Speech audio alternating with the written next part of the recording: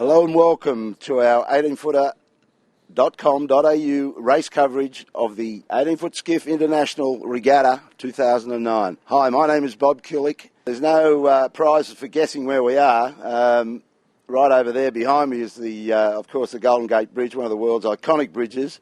And right over here on the other side is Alcatraz, and it's interesting and rather ironic that people are paying to get in there these days, whereas in the past they'd pay anything to get out of there, and it's nothing to do with the food being improved.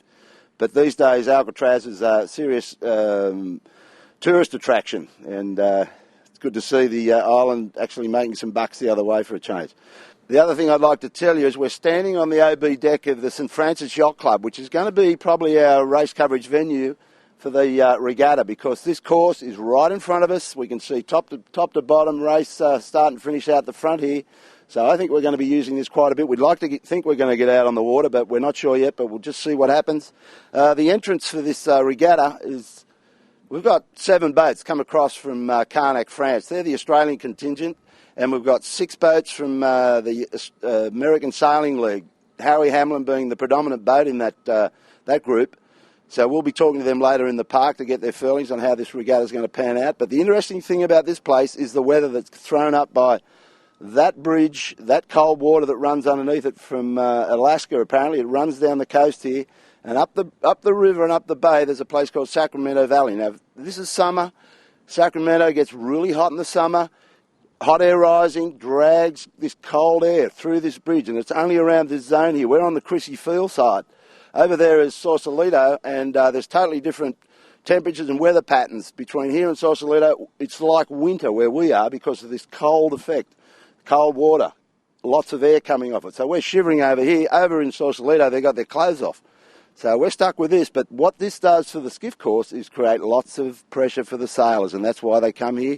They love this action. It's solid 20s, up to 30s. They had the 505s here last week, and they got pretty well smashed up. They had a very rugged series, and so we know it's going to be blowing this week. The sailing instructions dictate this regatta. We've got 5 days. We're going to try and get 2 races in a day, 10 races in total.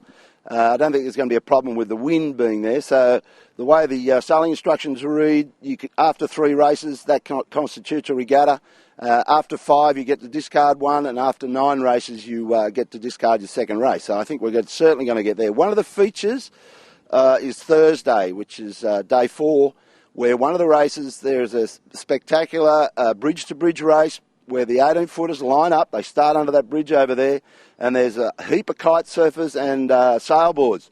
And it's serious competition. It's a drag race down to the Bay Bridge, and I can't wait for that one because that doesn't happen in too many places, and you know it's going to be windy. I think the 18s might have won it last year, but normally the sailboards make a pretty good account of themselves because I think they travel down there mostly out of the water. They can lift up and go, so we're really looking forward to that.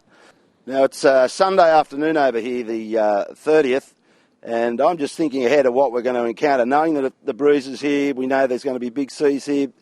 Once again, it's like Carnac. You had to be consistent to win this regatta, but to be consistent over here, there's totally different criteria. You've got to stay upright in this regatta. I think you've also got to be brave in this regatta. I think you've also got to get to bed in this regatta and get your physical fitness up because this is really trying this course. So, and the other advantage I believe in this regatta sits with Johnny Winning Sr. in Yandu, Herman Winning in his appliances on line boat, and Howie Hamlin. Those guys seem to have their regular crews with them now. That's going to pay for a lot out here. You've got regular crews, you're going to get on with the business pretty quickly, whereas the other guys, makeshift crews, putting people together to get their boats in, they're going to struggle a bit, but they will come good towards the end of the regatta. But I think regular crews are going to start this regatta pretty well. We'll find out about that as the race day starts on Monday, and we'll just see how our predictions work out. But in the meantime, thanks for coming with us. We hope you have some fun. We certainly are covering this. This is going to be one hell of a regatta. So stay tuned. 18footers.com.au is where you'll see the action. And we hope to get those clips up as regularly as we can, as quick as we can. But it's tough doing all this, as you can imagine. But we'll do our best. See you then.